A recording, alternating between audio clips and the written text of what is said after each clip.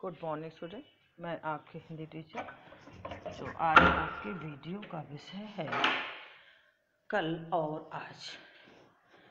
आपकी पाठ पुस्तक अनुराग हिंदी पाठमाला पाठ 19 कल और आज नामक कविता के विषय में आज आप लोग जानेंगे।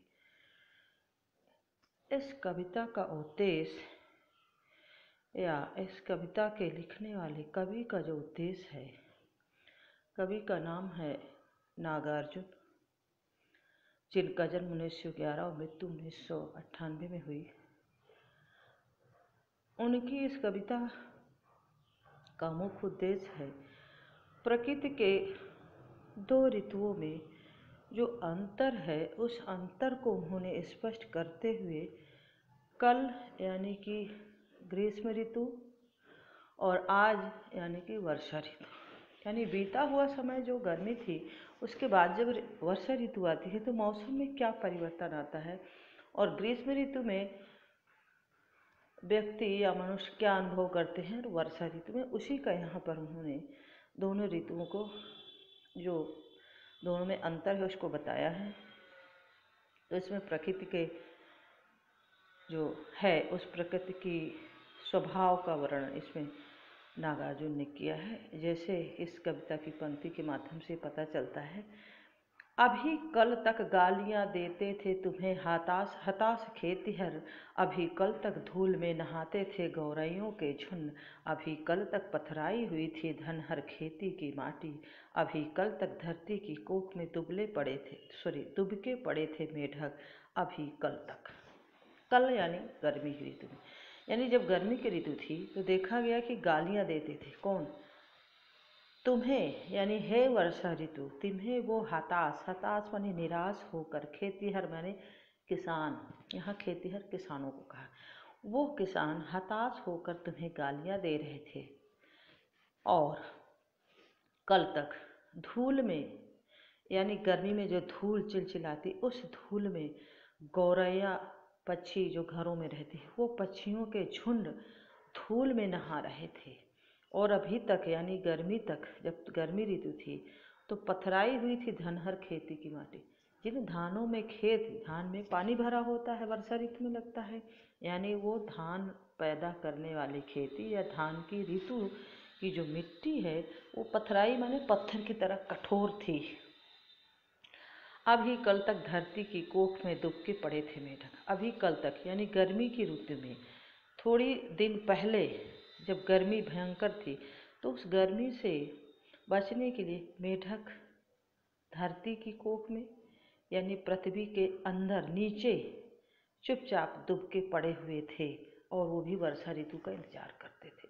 तो इसका मतलब ये है। दूसरी पंक्ति में कहा, और आज ऊपर ही ऊपर तन गए हैं तुम्हारे तंबू, और आज यानी आज जब वर्षा ऋतु आ गई है तो ऊपर ही ऊपर तन गए हैं, यानी आकाश में बादल छा गए हैं। तंबू तन गए मतलब आकाश में जो बादल छा गए हैं, उन्हें यहाँ कवि ने तंबू कहा। और आज जब वर्षा ऋतु आई है तो आकाश में, ऊपर आकाश में तंबू ही तंबू तन गए हैं, बादल रूपी तंबू। और आज चमका रही है पावस रानी बूंदा बूंदियों की अपनी पायल।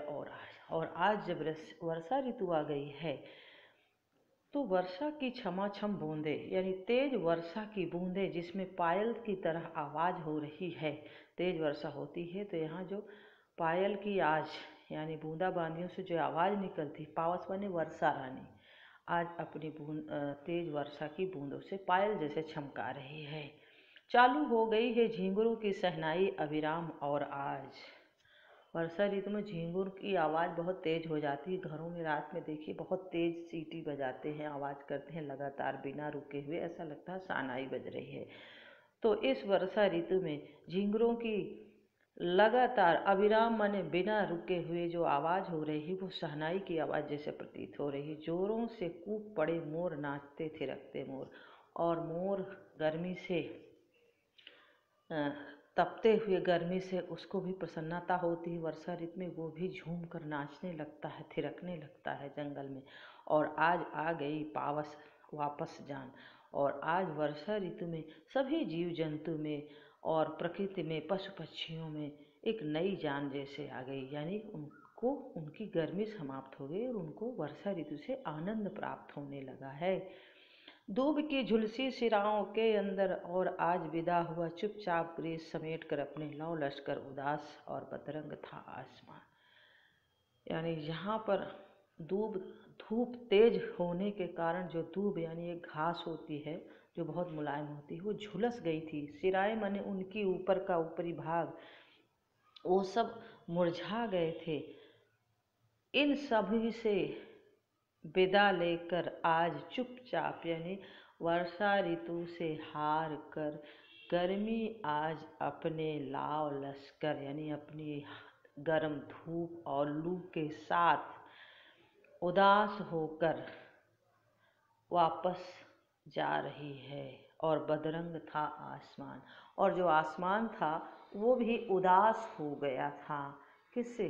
गर्मी से। लेकिन आज वह गर्मी अपने उदास स्वभाव को लेकर, अपनी लू और धूप को लेकर वर्षा के आने से वो अपने सभी स्वभावों के साथ या सभी मित्रगणों के साथ वापस हो रही।